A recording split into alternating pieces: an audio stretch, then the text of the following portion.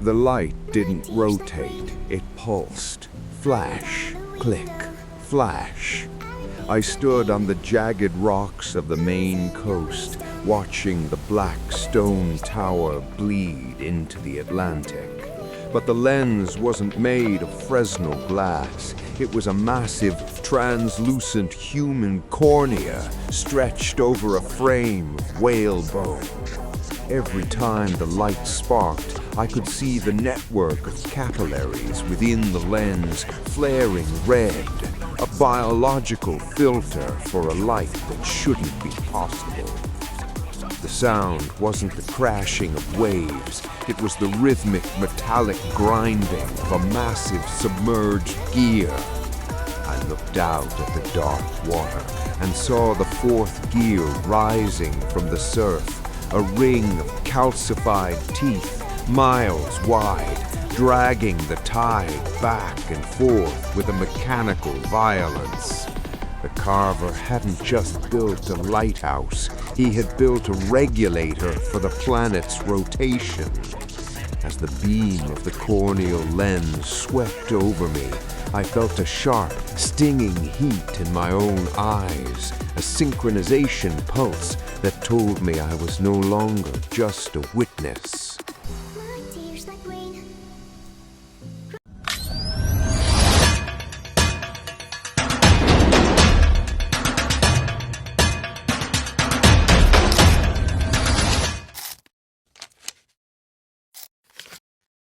I drove north until the GPS signal dissolved into a static hum, the digital maps of the old Archon group flickering and dying as I approached the unrendered zone of the Maine coast. In the simulation, this area was a beautiful, endless blue horizon, a looping ocean designed to save processing power while providing the illusion of a world without end. But as I stepped out of my car at the edge of the cliffs, I saw the truth that the archive had been hiding for 30 years. The ocean wasn't water, and the horizon was a jagged, unfinished seam of gray stone and rusted iron. The smell of salt was there, but it was mixed with the cloying scent of ozone and the same old rot that had followed me from the Appalachian bunkers. The lighthouse sat on a finger of black basalt that looked like it had been clawed out of the earth by a giant. It was a monolith of obsidian and bone, rising 300 feet into a sky that was the color of a bruised lung. There were no seagulls here, no sound of life, only the constant rhythmic thrum of the ticking lighthouse echoing off the cliffs. I realized that the Carver chose this spot because it was the boundary where the simulation's logic was thinnest, a place where he could anchor his biological machinery into the very fabric of our reality. The tower didn't look built. It looked like it had grown out of the rocks, a calcified tumor on the edge of the world. As I approached the base of the tower, the ground beneath my feet felt soft, like walking on layers of wet leather.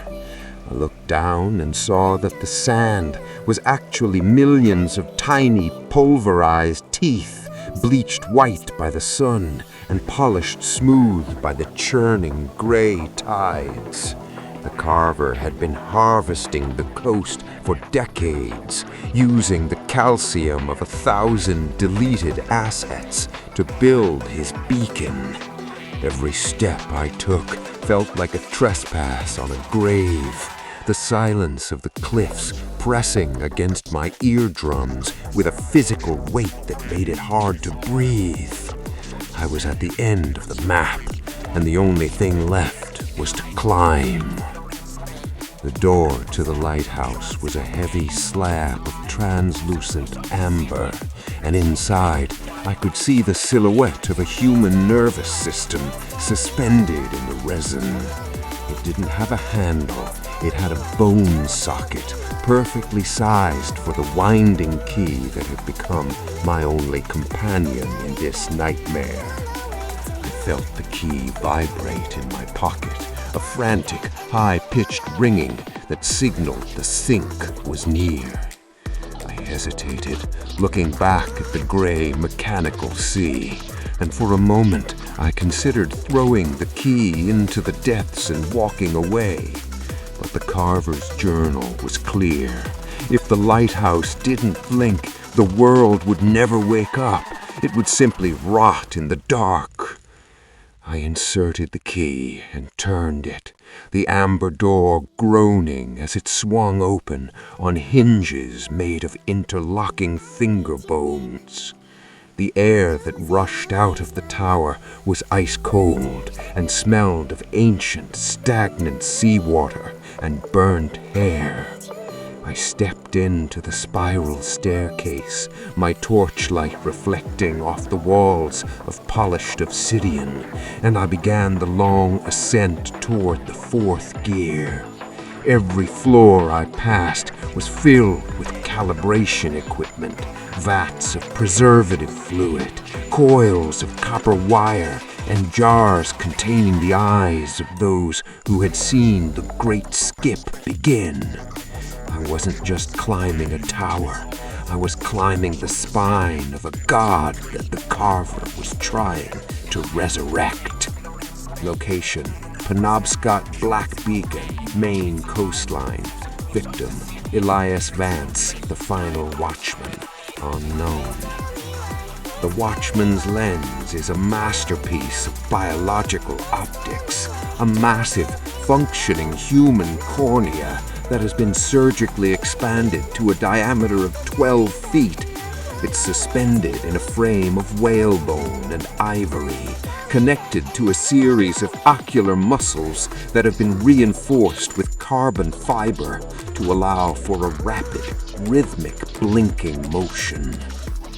The forensic audit of the lens reveals that the victim, Silas Vance, a distant relative I never knew I had, is still technically alive, his brain functioning as the signal processor for the beacon. He is not a lighthouse keeper, he is the lighthouse itself, his consciousness repurposed to filter the real-world light into a frequency that can be seen by the other 11 gears. The light source itself is not a lamp or an LED, but a contained biological reaction occurring within the victim's own chest cavity.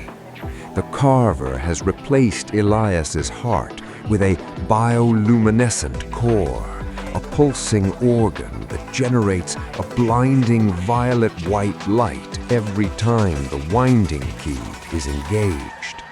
This light is funneled through the spinal column, which has been hollowed out and lined with silver, and projected through the corneal lens at the top of the tower. This is not a signal for ships. It is a synchronization pulse for the old rot, a way for the Carver to ensure that the entire coastline is moving in time with his grand design.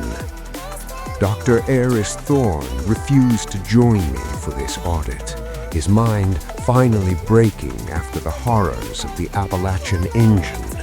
I am performing this log alone, my voice echoing in the hollow chamber of the lens room as I measure the blink rate of the Watchman. Every 3 seconds, the cornea blinks and the violet light flares with an intensity that makes my skin peel. I can see the optic nerves running down the center of the tower, thousands of translucent threads that are currently infecting the bedrock of the Maine coast. The Carver is using Elias's vision to map the physical decay of the planet, a biological radar that is searching for the remaining 8 gears.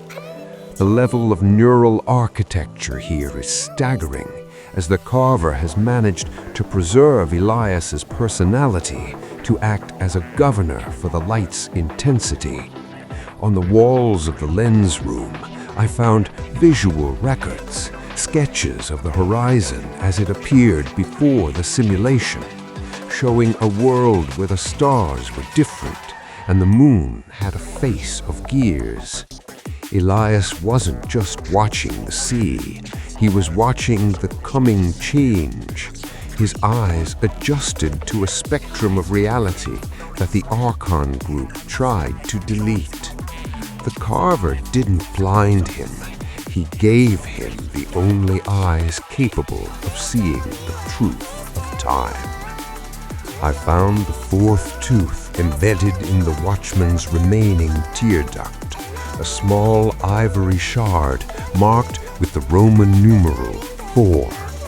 As I removed it, the lens blinked a final desperate time, and I saw a reflection in the cornea that wasn't mine.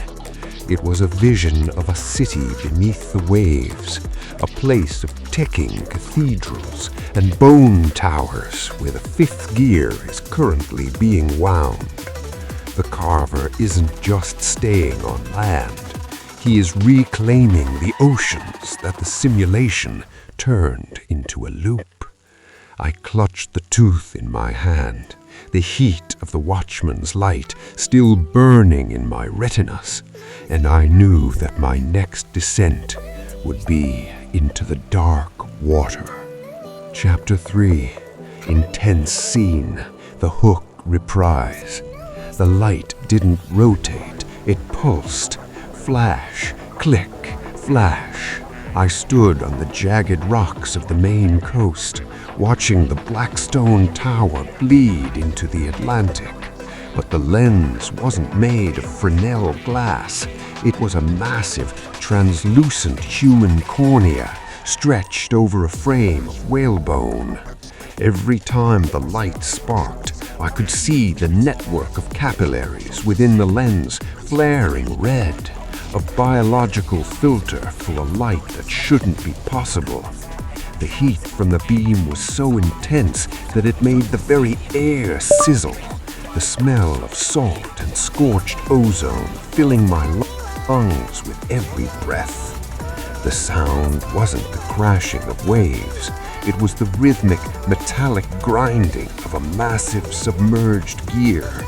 I looked out at the dark water and saw the fourth gear rising from the surf, a ring of calcified teeth miles wide, dragging the tide back and forth with a mechanical violence.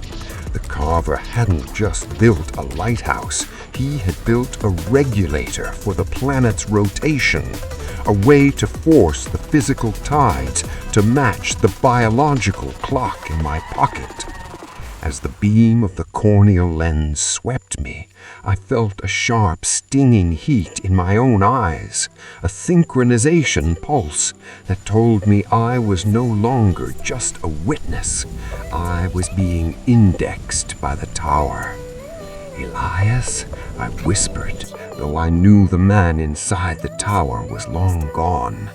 The cornea blinked in response, the massive pupil dilating and contracting as it focused its terrifying attention on me. For a second, the grinding of the sea gears slowed, and the violet light turned a deep, bloody crimson. I could see my own reflection in the lens, but I didn't see a man. I saw a series of gears and wires, a digital ghost that was slowly being replaced by the Carver's rot.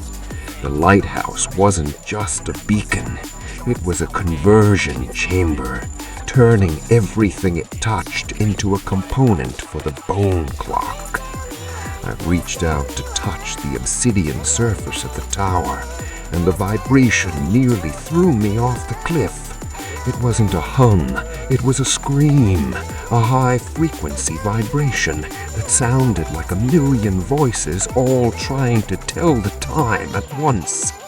The fourth gear in the water responded, a massive tidal wave of gray mechanical sludge rising up to meet the light of the beacon. I realized then that the great alarm wasn't just a sound. It was an event.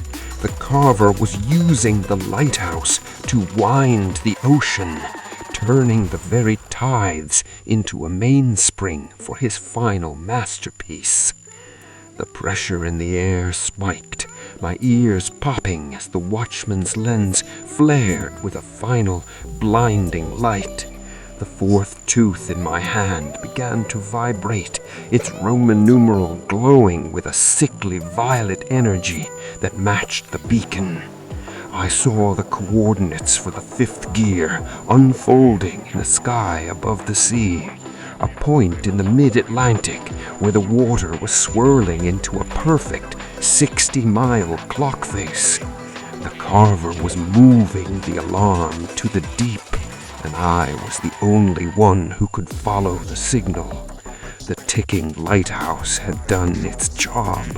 The world was no longer sleeping, and the oceanic despair was just beginning. Chapter 5, the closing part, the dumbed map. The Maine audit is finished, but the investigation has reached a point of no return. We are no longer dealing with crimes in any sense that the old world would understand. We are witnessing the re-engineering of the planet. The ticking lighthouse is a beacon for a reality that is far more terrifying than the one I deleted. A world where our very biology is being used as building material for a cosmic machine. I have watched a man's eye become a lens, and a mountain's core become a lung, and I'm starting to realize that the Carver isn't just a killer. He is a restorer.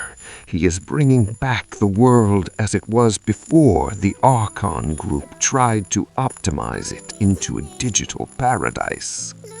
I am currently preparing for the deep sea audit, a journey into the drowned city shown on the Carver's map. The Archon group had always told us that Oakhaven was a small landlocked town, but the real map shows it as a massive submerged metropolis that was deleted to make room for the simulation's landmass. The Carver is waiting for me in the depths, in the place where the fifth gear is currently being integrated into the tectonic plates. I can feel the fourth tooth in my pocket, a constant cold pressure that reminds me of the final chime. The great alarm is no longer a sound I hear. It's a sound I feel in my pulse. Every blink of the ticking lighthouse is a second gone from a world that is running out of time. I am Silas Vance, the man who pulled the plug on the dream, and now I have to face the nightmare of the waking world. We are 1/3 of the way through the sink, and the frequency is becoming a roar that is drowning out my own thoughts. The sea is calling, and the drowned city is waiting to be audited. I have left the copy of the Watchman's log in the base of the lighthouse for whoever comes after me, though I doubt anyone will. The real world is a lonely place, a landscape of bone and gears, where the only company is the sound of your own heart ticking away the seconds.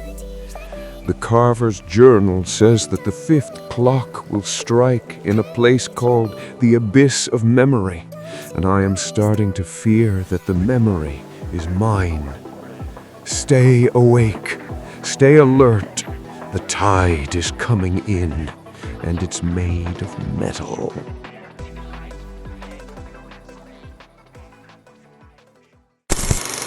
Motherfucking design all right now.